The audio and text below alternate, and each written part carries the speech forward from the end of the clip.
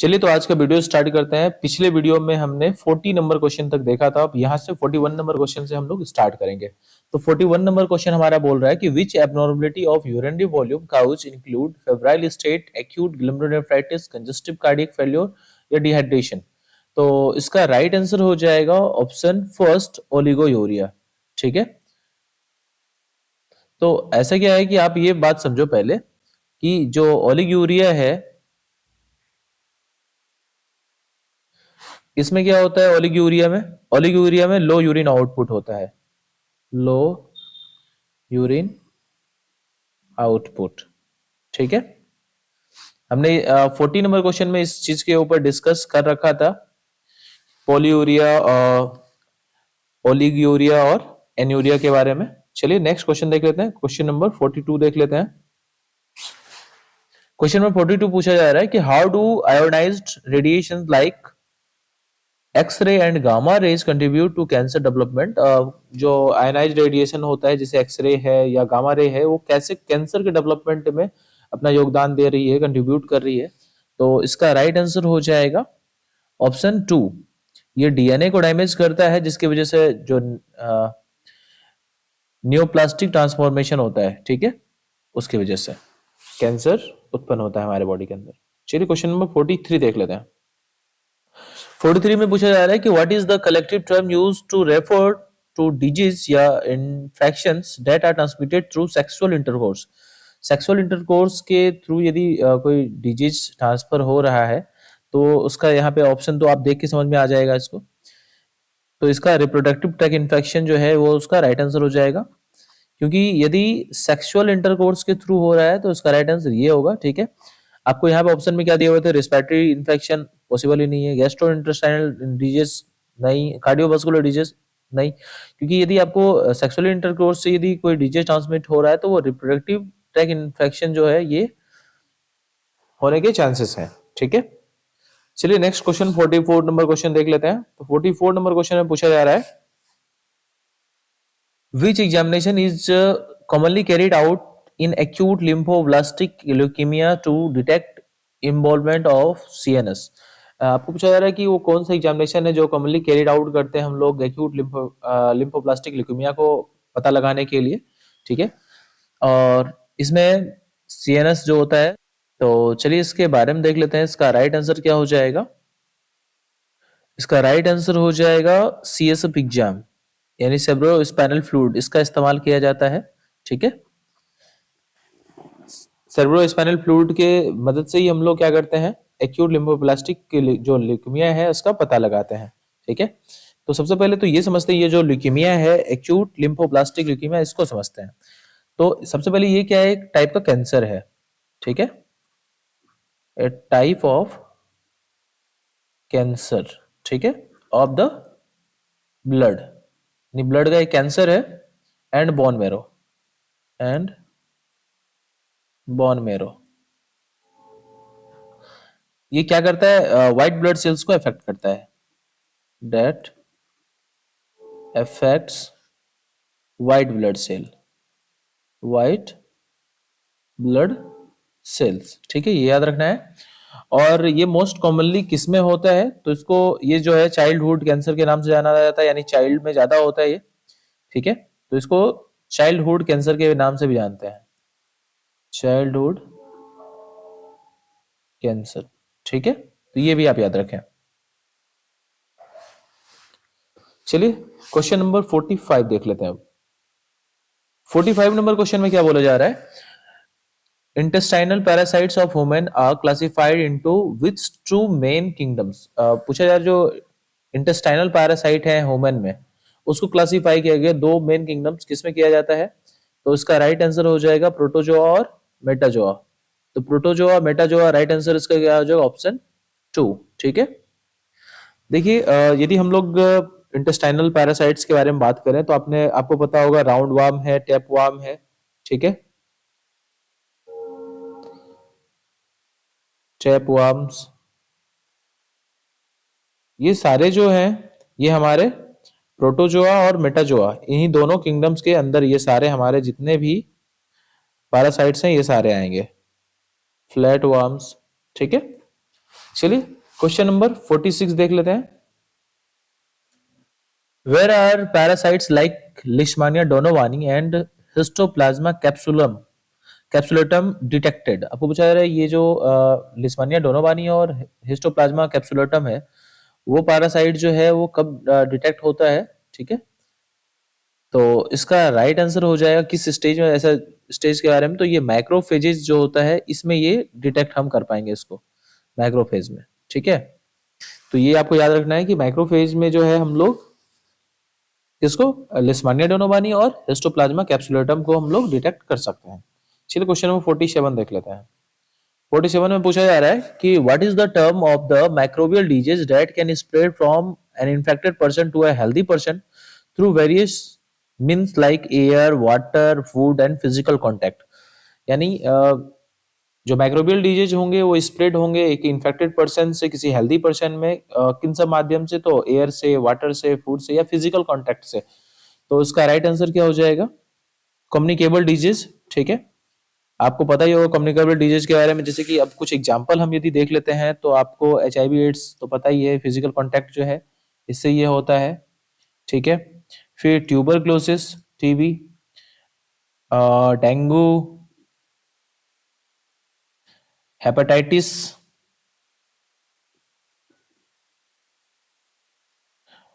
और मलेरिया भी दे सकते हैं आप, मलेरिया, मिसल्स ले सकते हैं। तो ये सारे जो डिजीज हैं ये सारे कम्युनिकेबल डिजीज हैं, ठीक है, जिसमें क्या होता है इन्फेक्टेड पर्सन से किसी हेल्दी पर्सन में ये ट्रांसमिट हो जाता है। चलिए क्वेश्चन नंबर 48 देख लेते हैं। 48 नंबर क्वेश्चन में क्या पूछा जा रहा है कि from the characteristics given below which is not considered to distinguish prokaryotes from eukaryotes. तो आपको पूछा है जितने की कैरेक्टरिस्टिक्स दिए गए हैं उसमें से कौन सा किसको कंसीडर नहीं करते हैं इसको डिस्टिंग्विश करने के लिए, तो इसका राइट आंसर हो जाएगा प्रोटीन लेवल, यानी option 2 is the right answer, ठीक है। क्योंकि बाद बाकी न्यूक्लियर मेम्ब्रेन के अकॉर्डिंग हम उसको डिफरेंशिएट करते हैं, साइज के अकॉर्डिंग करते ही हैं और उसके ऑर्गेनल्स के अकॉर्डिंग तो करते ही है, अभी प्रोटीन लेवल के अकॉर्डिंग हम लोग उसको डिफरेंशिएट नहीं करते हैं। चलिए क्वेश्चन नंबर 49 देखते हैं। Which part of an antigen react especially with an antibody या T lymphocytes?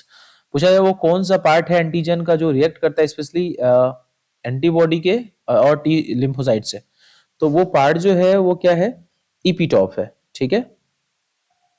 यानी एंटीजन का जो इपीटॉप वाला जो पार्ट है वो रिएक्ट करता है एंटीबॉडी के साथ और या T लिम्फोसाइट्स के साथ, ठीक है। चलिए क्वेश्चन नंबर अब 50 देख लेते हैं, ठीक है।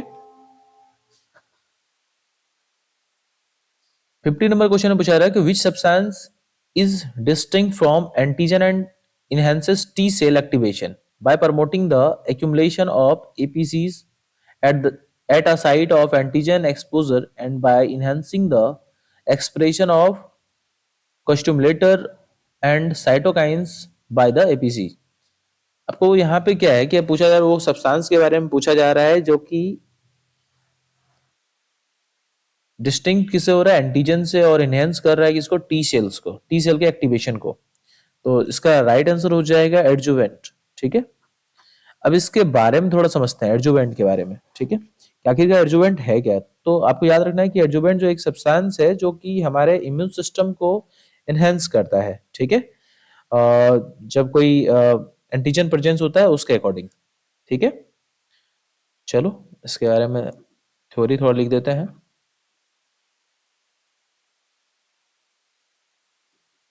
Adjuvant is a substance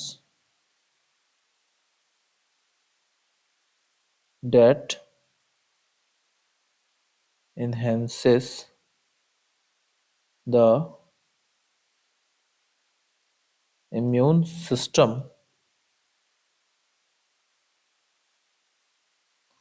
response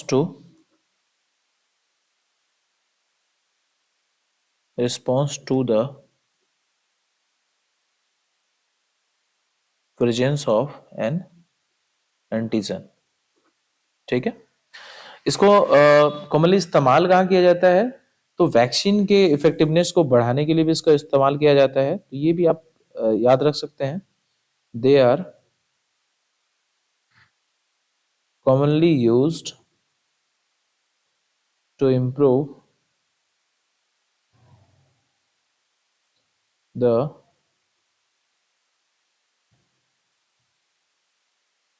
effectiveness of a vaccine. ठीक है, वैक्सीन के इफेक्टिवनेस को बढ़ाने के लिए भी हम इसका इस्तेमाल करते हैं। चलिए क्वेश्चन नंबर 51 देख लेते हैं। 51 नंबर क्वेश्चन पूछा जा रहा है कि which type of bacteria cause syphilis. जो सिफिलिस है वो कौन से टाइप की बैक्टीरिया की वजह से होता है? ऐसे इसका राइट आंसर क्या हो जाएगा? स्पैरोकेट हो जाएगा। ठीक है, स्पैरोकेट। लेकिन अब स्पैरो स्पैरोचेट के बाद हम इसको समझते हैं कि ये जो है ना, ये किसका टाइप है? तो ट्रिपोनोमा प्लेडियम। ठीक है,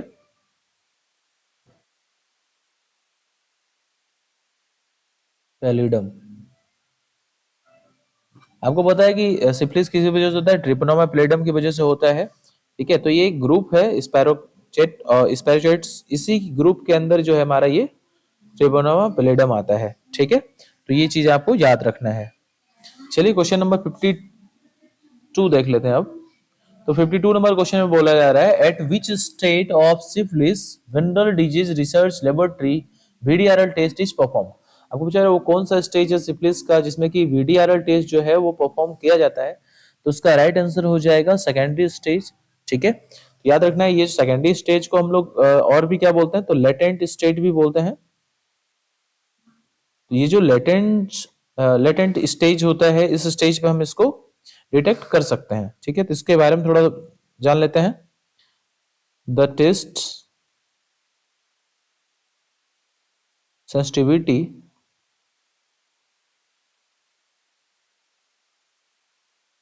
टू डिटेक्ट syphilis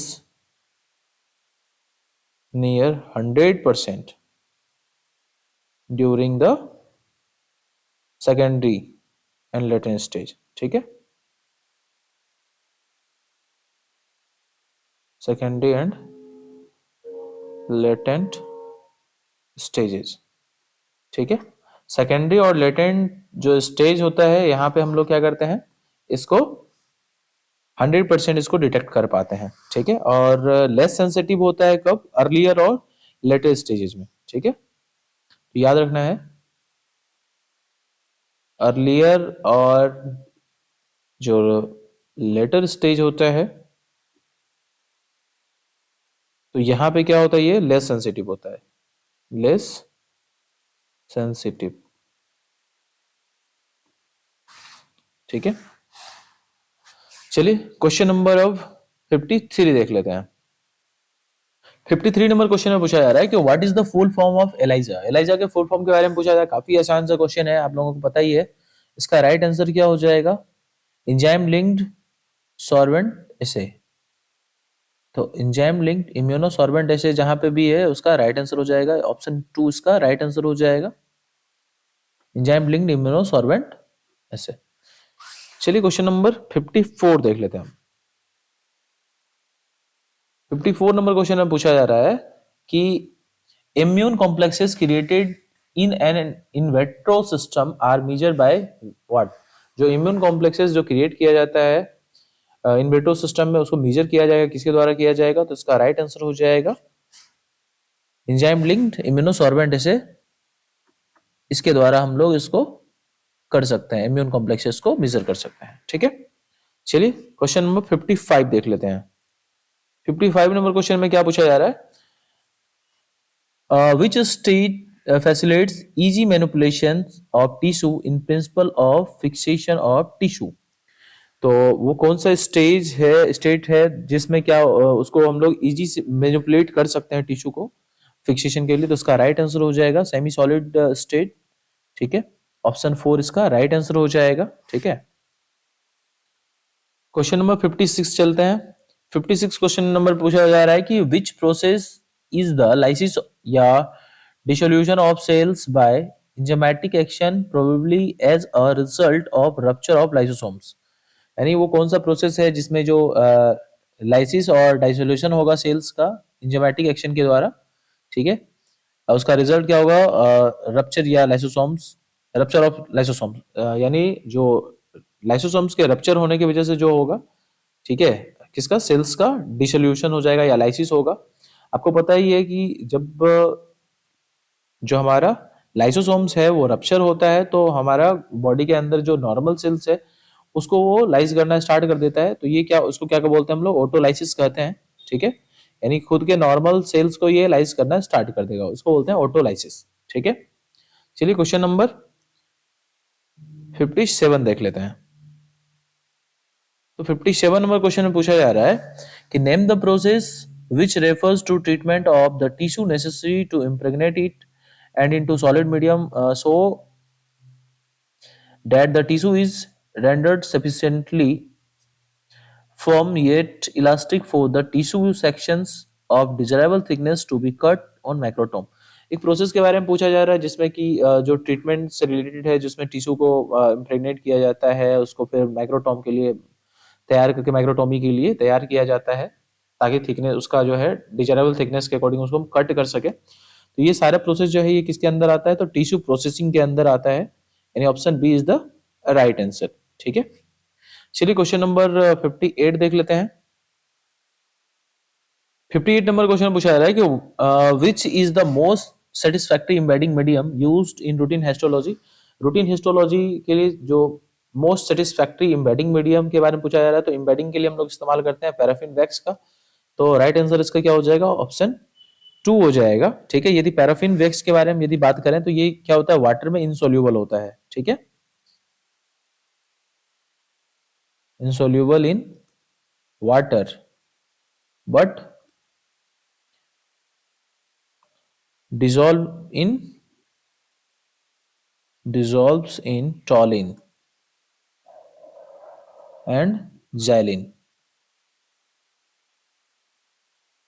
और ये मिल्ट कितने पे होता है? तो ये याद रखना है 46 से 68 डिग्री सेल्सियस इतने पे ये मिल्ट हो जाता है, ठीक है। तो एक आइडियल मीडियम है ये, मतलब इम्बेडिंग के लिए सबसे बेस्ट माना जा सकता है, इसको कह सकते हैं, ठीक है। तो डिहाइड्रेशन के बाद हम इसका इस्तेमाल करते हैं। चलिए क्वेश्चन नंबर 59 देख लेते हैं। 59 नंबर क्वेश्चन में पूछा जा रहा है कि name the two types of cytology specimen. Cytology specimen, दो टाइप्स के साइटोलॉजी स्पेसिमेन क्या है? तो इसका राइट आंसर हो जाएगा option first, gynaecological and non gynaecological.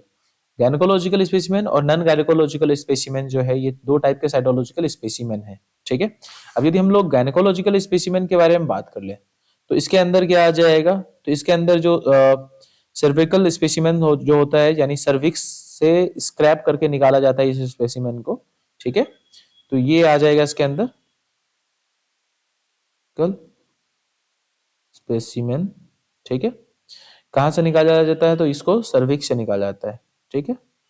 Cervix किसके हेल्प से? तो प्लास्टिक स्पैचुला या वुडन स्पैचुला के हेल्प से, ठीक है, या प्लास्टिक स्पैचुला।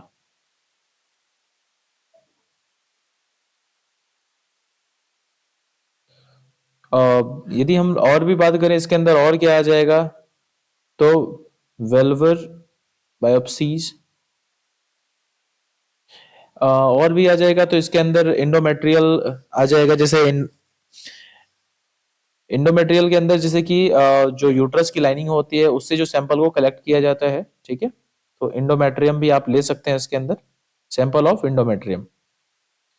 और यदि अब हम बात कर लेते हैं गायनेकोलॉजिकल के बारे में, जो नॉन गायनेकोलॉजिकल है, तो नॉन गायनेकोलॉजिकल के अंदर क्या आ जाएगा? यूरिन आ जाएगा, CSF आ जाएगा, स्पूटम आ जाएगा, ये सारे जो हैं, या जो ब्रोंकियल वासिंग जो है वो आ जाएंगे, ठीक है। तो ये सारे आ जाएंगे हमारे नॉन गायनेकोलॉजिकल स्पेसिमेन के अंदर, ठीक है। चलिए नेक्स्ट जो हमारा लास्ट क्वेश्चन है, क्वेश्चन नंबर 60, इसको देख लेते हैं, ठीक है। अब इसमें पूछा जा रहा है कि which category specimen fall into two categories, exfoliative and fine needle aspiration sample. वो कौन सा साइटोलॉजी स्पेसिमेन है जो इन दो कैटेगरीज के अंदर आएगा, एक्सफोलिएटिव और fine needle aspiration cytology samples के अंदर आएगा? तो ये आ जाएगा हमारे नॉन गायनेकोलॉजिकल स्पेसिमेन के अंदर, ठीक है। अभी हम इसके बारे में बात कर ही रहे थे। तो यहाँ पे क्या है कि रिस्पिरेटरी जो है वो हमारा एक्सपेलेटिव सेटोलॉजी के अंदर आ जाएगा, ठीक है। इसको इसके अंदर जो ब्रोंकियल वासिंग है या स्पूटम है, ये सारे इसमें आ जाएंगे, ठीक है। अभी इसके बारे में हम बात कर ही रहे थे। तो बस आज के लिए इतना ही रहने देते हैं। नेक्स्ट वीडियो में फिर मिलेंगे और भी अच्छे अच्छे वीडियोस के साथ, और भी अच्छे अच्छे क्वेश्चंस के साथ।